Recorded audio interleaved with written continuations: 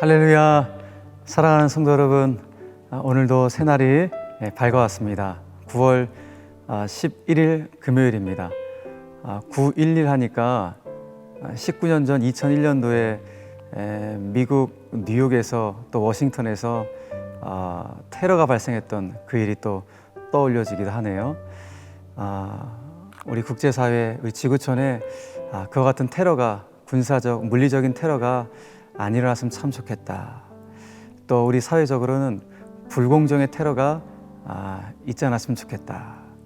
또 우리 사람과 사람 사이에서는 언어의 테러가 있지 않았으면 좋겠다. 이런 마음, 이런 소망이 드는 아침입니다. 자, 오늘 하루 주님과 동행하면서 우리를 통하여서 많은 사람들이 주님을 보고 주님을 만날 수 있는 그런 은혜가 있게 되기를 간절히 바랍니다. 자, 오늘 우리에게 주시는 하나님의 말씀은 오늘 고린도전서 11장을 마무리하죠. 자, 11장 27절에서 34절의 말씀입니다. 본문의 말씀을 봉독해 드리겠습니다.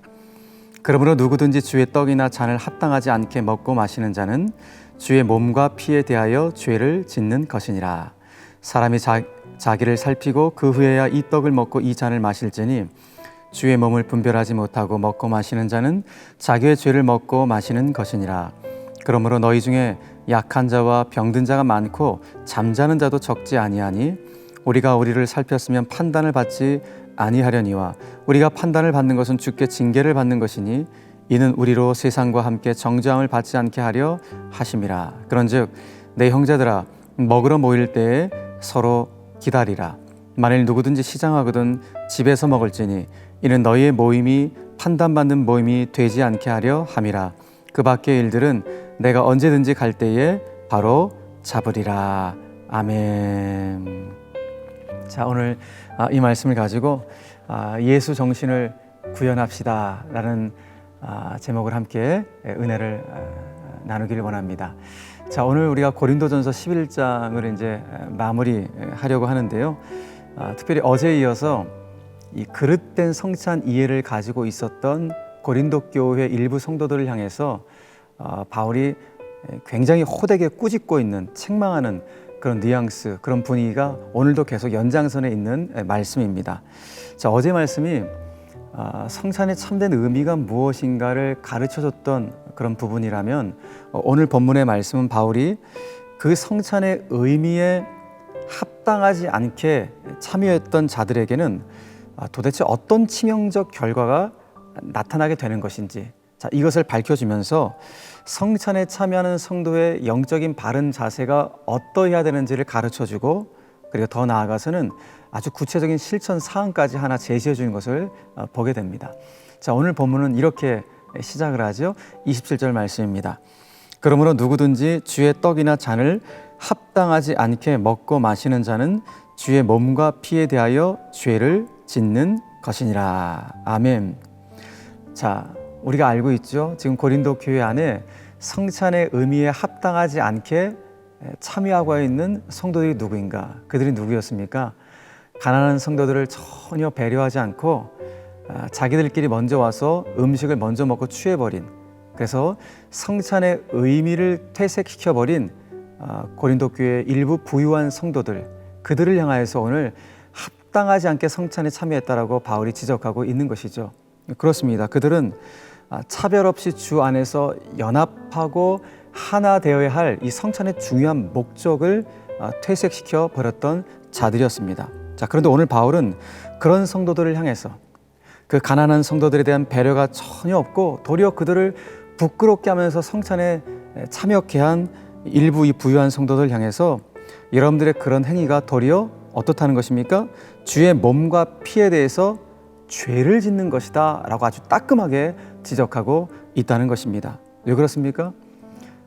배려가 없고 섬김이 없는 여러분들의 행위는 섬기기 위해 이 땅에 오신 예수 정신을 파괴하는 일이기 때문입니다 라고 이렇게 지적하고 있는 것입니다. 그래서 오늘 바울은 성찬에 임하는 우리 성도의 가장 중요한 영적 자세로 자기를 먼저 살핀 후에 성찬에 참여할 것을 권면합니다. 그래서 이어진 28절에서 바울은 이렇게 말하고 있죠. 사람이 자기를 살피고 그 후에야 이 떡을 먹고 이 잔을 마실지니라고 말씀합니다. 다시 말해 요즘 내 삶과 신앙이 어떠한지 정말 진지하게 돌아보고 성찬에 참여해야 한다는 것입니다. 그런데 만약 그렇지 않고 경솔한 마음으로 성찬에 참여하게 된다면 그것은 도리어 자기의 죄를 먹고 마시는 행위가 될 수 있음을 바울이 지적하고 있는 것입니다. 굉장히 이건 위중한 일이죠. 그래서 바울은 그 다음 29절에서 이렇게 말씀하고 있어요. 주의 몸을 분별하지 못하고 먹고 마시는 자는 자기의 죄를 먹고 마시는 것이니라. 굉장히 두려운 말씀입니다. 물론 우리가 죄를 지었다고 해서 성찬에 참여하지 못하는 것이 아니죠.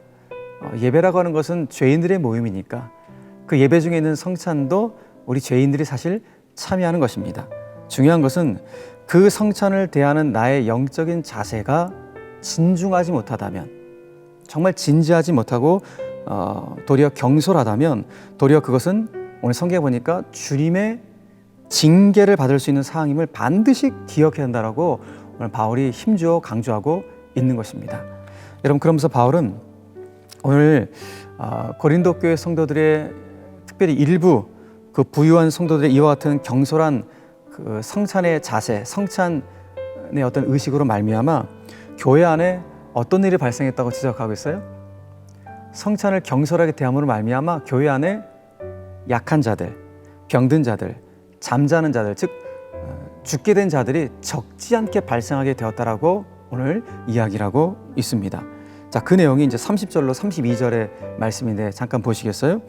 그러므로 너희 중에 약한 자와 병든 자가 많고 잠자는 자, 죽은 자도 적지 아니하니 우리가 우리를 살폈으면 돌아보았으면 판단을 받지 아니하려니와 우리가 판단을 받는 것은 주께 무엇을 받는 것입니까?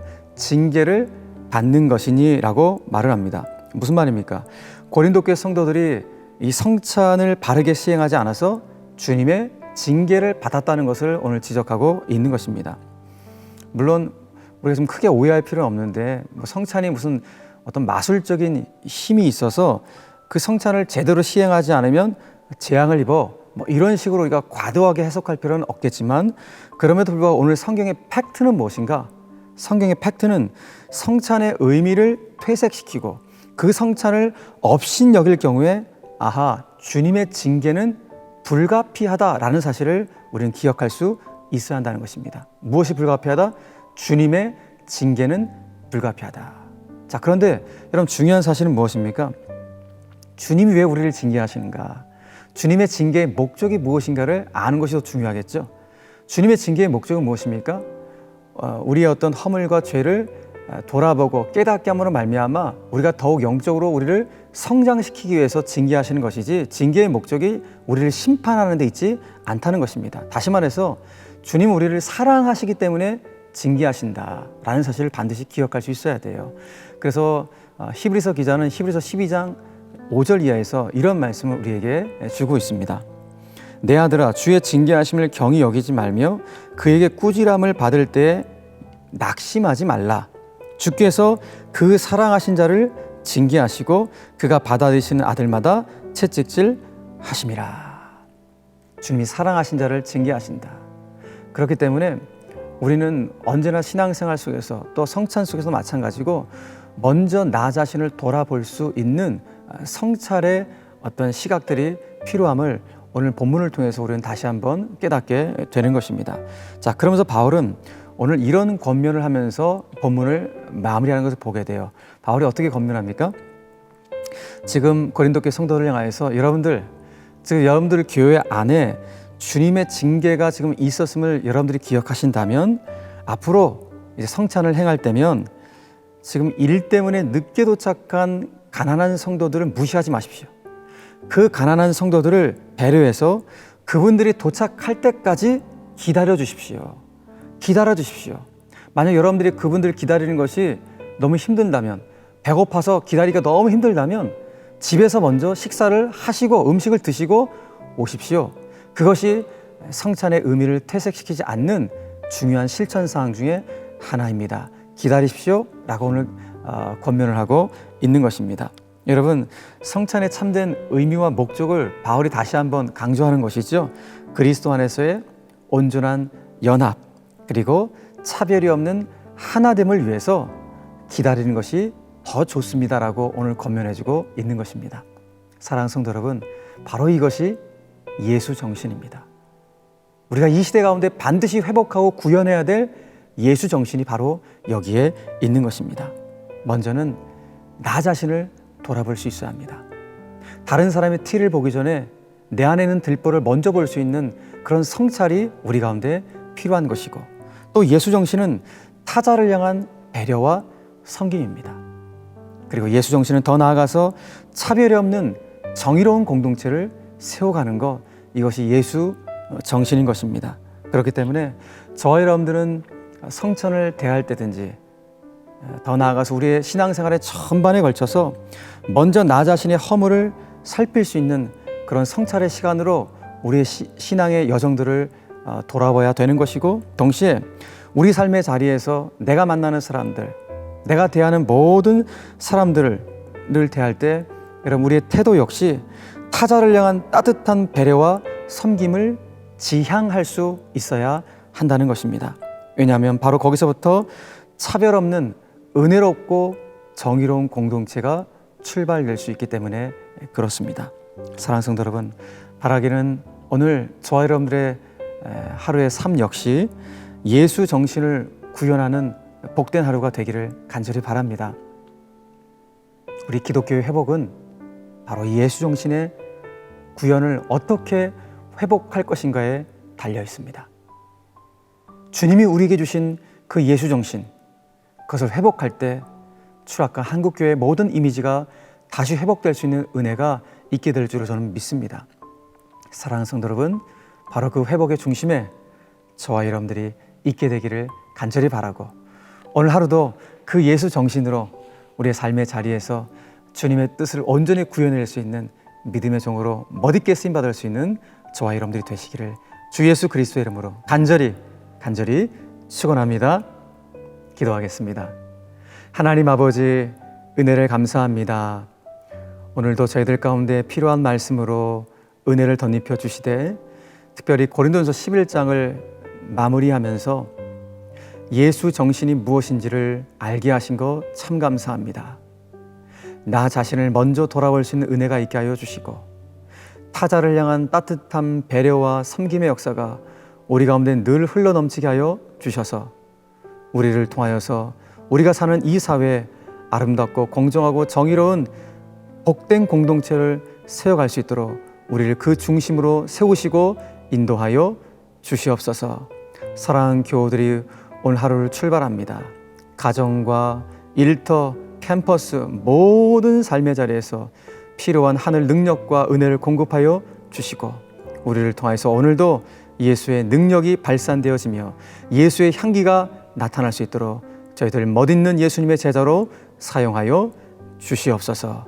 모든 영광 주님께 온전히 올려드리오며 살아계신 예수 그리스도의 이름으로 축복하며 기도 올리옵나이다. 아멘. 주기도문 하겠습니다. 하늘에 계신 우리 아버지여, 이름이 거룩히 여김을 받으시오며 나라에 임하옵시며 뜻이 하늘에서 이룬 것 같이 땅에서도 이루어지이다.